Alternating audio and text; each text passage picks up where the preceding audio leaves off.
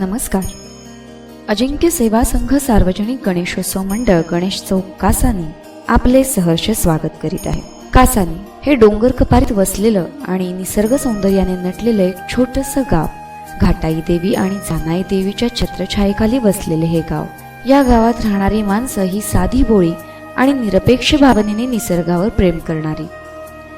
शेतीला दुग्ध व्यवसायाची जोड देऊन अल्पशा उत्पन्नावर आपलं आनंदी आयुष्य जगणारी ही पिढी हळूहळू कुऱ्हाडबंदी व बेसुमार जंगलवाडीमुळे डुक्कर, ससा, मोर, ढेकर, वाघ आणि रानगवे यांच्यामुळे होणाऱ्या शेतीच्या अपरिमित हानीमुळे उपजीविकेसाठी शहराकडे जाऊ लागली. वाढत्या स्थलांतरामुळे गावातील लोकसंख्या कमी झाली. परंतु पूर्वापार चालू असलेला गणेशोत्सव आज 40व्या वर्षीही त्याच उत्साहाने साजरा होतोय बरं का. आणि त्यासाठी सर्व भाविक भक्त एकजुटीने प्रयत्नशील आहेत. अजिंक्य सेवा संघ सार्वजनिक गणेशोत्सव मंडळ कासानी या मंडळाला यावर्षी 40 वर्ष पूर्ण होत आहेत. तर जाणून घेऊया कसा सुरू झाला हा प्रवास. प्रारंभी विनती करू गणपती, विद्यादया सागरा, अज्ञानत्व हरोनी बुद्धिमती दे, आराध्य मोरेश्वरा, चिंता क्लेश दरिद्र दुःख अवघे, देशांतरा पाठवी, हे रंबा गणनायका गजमुखा, भक्तांबहुतोषवी. आठवतोय का तो दिवस? बुधवार होता त्या दिवशी, 29 ऑगस्ट 1984चा. रोहोट या गावातील वेदपाठक सोनार बाबांच्या घरी गणपती बनवण्याची लगबग चालू होती. शाडू मातीच्या मनमोहक सुबक गणेश मूर्ती तयार होत्या. मूर्ती प्रतीक्षाच करत होत्या की मला कोण घेऊन जाणार. आणि तेवढ्यात काही हाफ चड्डीतील शाळकरी मुलं सगळ्या मूर्ती निरखून बघत होती. आणि अचानकच त्यांच्या मनातली मूर्ती त्यांना मनापासून भावली. त्यांच्या एकंदरीत हावभावावरून असं जाणवत होतं की त्यांच्याकडे पुरेसे पैसे नसावेत, कारण त्यांच्याकडे फक्त चिल्लरचा खुर्दा होता. त्यांनी कसे तरी 40 रुपये सोनार बाबांना दिले आणि प्रसन्न वदन असणारी ती मूर्ती उचलून डोक्यावर घेतली आणि सुरू झाला एक अविरत चालू राहणारा एक अविस्मरणीय प्रवास. बिचाऱ्या गणपती बाप्पाला पण ही काळजी होती की नक्की ही मुले मला कुठे घेऊन जाणार. पण या सगळ्या शंकांना तिलांजली मिळाली. मुलांनी मूर्ती उचलून डोक्यावर घेतली आणि त्यांची पावले डोंगराच्या वाटेने चालू लागली. आणि ही मुले होती बालमित्र गणेशोत्सव मंडळाचे संस्थापक कार्यकर्ते कुमार परशुराम आनंद बादापुरे व कुमार प्रकाश दिनकर बादापुरे. आणि यांच्यासोबत होती अशोक, आनंद, बबन, संतोष ही हाफ चड्डी गँग. कासानीतील वाडीवरील भावकी कायम एकसंग राहावी व सर्वांच्यात एकोपा व प्रेम राहावे यासाठी या भावनेतून या मुलांनी सुरू केलेला हा अट्टाहास होता. अवघ्या 2-2 रुपये वर्गणीतून या कार्याची सुरुवात झाली. कासानीपासून 5 किलोमीटर अंतरावरील वांजळवाडी गावाच्या पाठीमागे असणाऱ्या पाण्याच्या पाटाच्या किनाऱ्यावरील घायपातातील बांबू तोडून आणून त्याचा मांडव उभा केला. हा मांडव होता सार्वजनिक पाण्याच्या हौदाशेजारी असणाऱ्या तातूदादांच्या अंगणात. त्यांच्या अंगणात ताडपदरी अंथरली होती आणि त्यात डोक्यावरून प्रवास करून आलेल्या सुखकर्त्याची प्रतिष्ठापना झाली. प्रतिष्ठापनेच्या आतुरतेने वाट बघणाऱ्या भावकीतील लहान थोरांच्या आनंदाला उधाण आले होते. प्रत्येक जण उत्साहाने दर्शन घेत होता व पोरांना शाबासकी देत होता. वाडीवर चैतन्याचं वारं वाहू लागलं होतं. उत्सव काळातील 5 दिवस सत्यनारायण पूजा व इतर उपक्रम राबवल्यामुळे ते दिवस आनंदाने निघून गेले. हा म्हणता विसर्जनाचा दिवस आला. सर्व वाडीकर गहिवरले होते. पण गणपती बाप्पा त्याच्या इवल्या डोळ्यांनी हे सर्व पाहत होता बरं का. व त्याच्या चिमुकल्या हाताने सर्वांना शुभाशीर्वाद देत होता. अशातच ती वेळ आली आणि भावकीच्या सुपर हिरोने म्हणजेच पांडुदादांनी बाप्पाला डोक्यावर घेतले आणि म्हणाले, गणपती बाप्पा मोरया, पुढच्या वर्षी लवकर या. या लवकर यामध्ये प्रेम होते. कदाचित या भक्तांचं एवढं जीवापाड प्रेम पाहून बाप्पालाच वाटलं असेल की कायमच यांच्यासोबत यांच्या हृदयात राहील व या वाडीचा तारणहार होऊन यांचाच होऊन जाईल. आणि सुरू झाला एक आनंदमय प्रवास.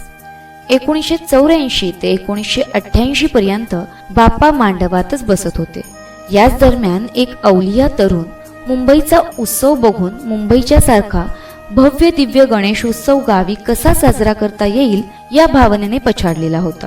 तो तरुण होता श्री बाळासाहेब मारुती बादापुरे, म्हणजेच लहान थोर सर्वांचा लाडका भाऊ. तेथूनच या बालमित्र गणेशोत्सव मंडळाचे नाव बदलून अजिंक्य सेवा संघ सार्वजनिक गणेशोत्सव मंडळ ठेवावे असे सर्वानुमते ठरले. घाटाई पंचक्रोशीतील व कास पठार विभागातील सार्वजनिक गणेशोत्सव साजरा करणारे हे पहिलेच मंडळ होते. भाऊंच्या नेतृत्वाखाली हौदासमोरील रिकाम्या जागेत एक साधेसे कौलारू समाज मंदिर बांधून तेथेच उत्सव साजरा करण्यास सुरुवात झाली. हे समाज मंदिर वाडीवरील सर्व लहान थोर मुले, महिला व पुरुषांच्या श्रमदानातून उभे राहिले होते. वाडीवरील ज्येष्ठ मंडळींच्या प्रयत्नातून व कष्टातून ही वास्तू उभी राहिली. या वास्तू उभारणीनंतर उत्सव खूप जोरात साजरा होऊ लागला. येणाऱ्या भाविकांच्या श्रद्धेमुळे व त्यांच्या समस्यांचे निराकरण होऊ लागल्यामुळे नवस बोलण्यास व फेडण्यास पंचक्रोशीतील अबालवृद्ध येऊ लागले. उत्सवाची महती दिवसेंदिवस वाढतच होती आणि त्यामुळे वाडीची असणारी ओळख ही गणेश चौक म्हणून होऊ लागली. या मंडळाच्या अंतर्गत क्रिकेटच्या भव्य पारितोषिकाच्या स्पर्धा सैरावैरा स्टेडियमवर भरवणारी परळी विभागातील पहिले मंडळ असा मंडळाचा लौकिक झाला होता. अशातच मंडळाचे संस्थापक प्रकाश, परशुराम व शांताराम या युवकांचे अकाली एकापाठोपाठ एक देवाघरी जाणे हा गणेश चौकासाठी एक मोठा धक्का होता.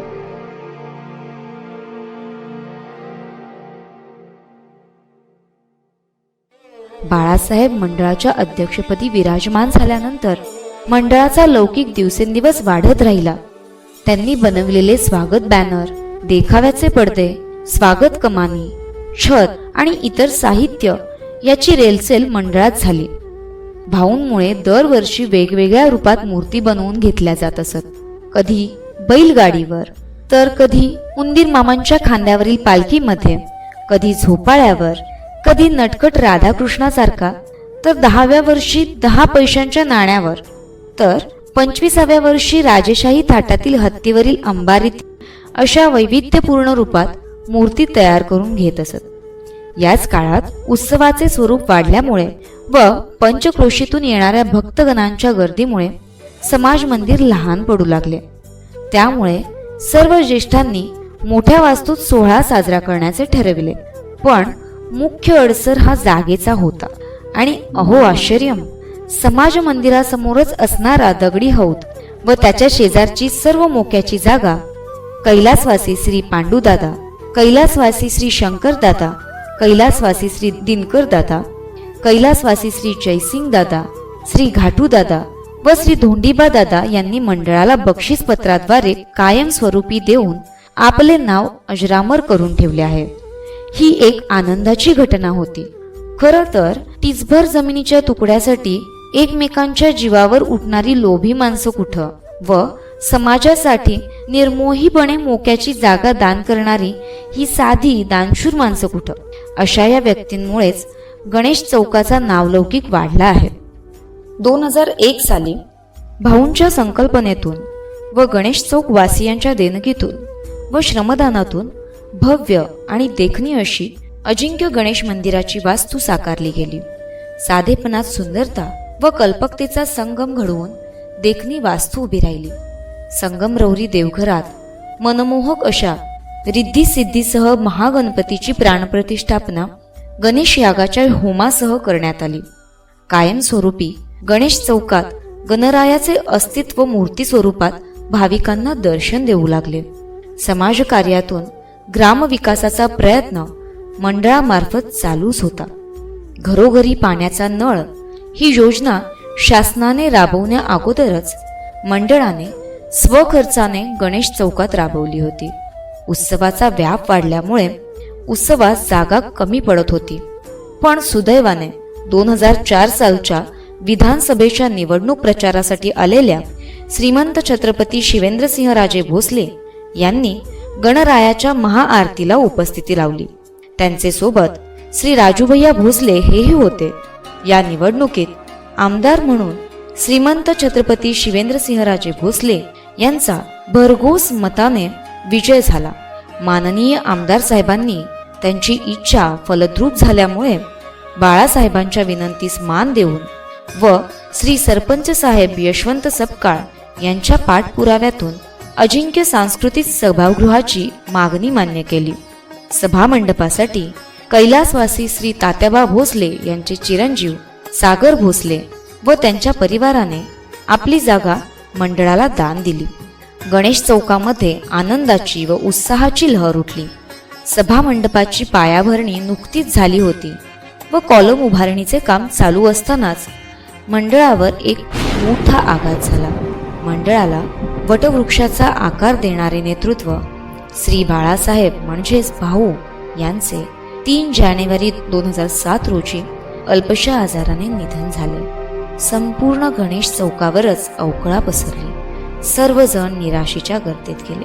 बाळासाहेबांचे नेतृत्व हे कलागुण ग्राहकता असणारे व अजिंक्य सेवा संघाला उत्कर्ष बिंदूवर नेणारे हिऱ्यासारखे नेतृत्व होते. त्यांच्या अकाली जाण्याने मंडळात खूप मोठी पोकळी निर्माण झाली.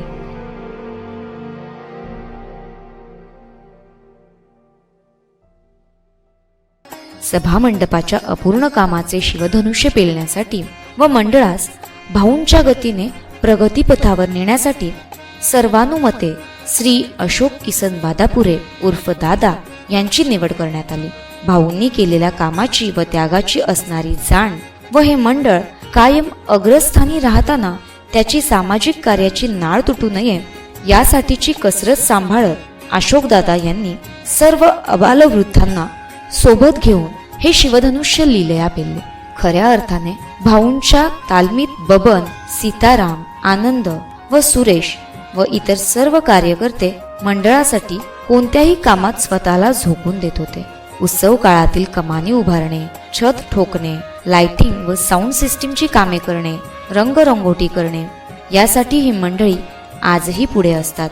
भाऊंच्या संकल्पनेतून उभा राहिलेल्या सभामंडपाचा देखना लोकार्पण सोहळा पंचक्रोशीतील भाविकांच्या उपस्थितीत विद्यमान आमदार श्रीमंत छत्रपती शिवेंद्रसिंहराजे भोसले यांच्या शुभ हस्ते व श्री राजूभैया भोसले यांच्या उपस्थितीत थाटामाटात पार पडला.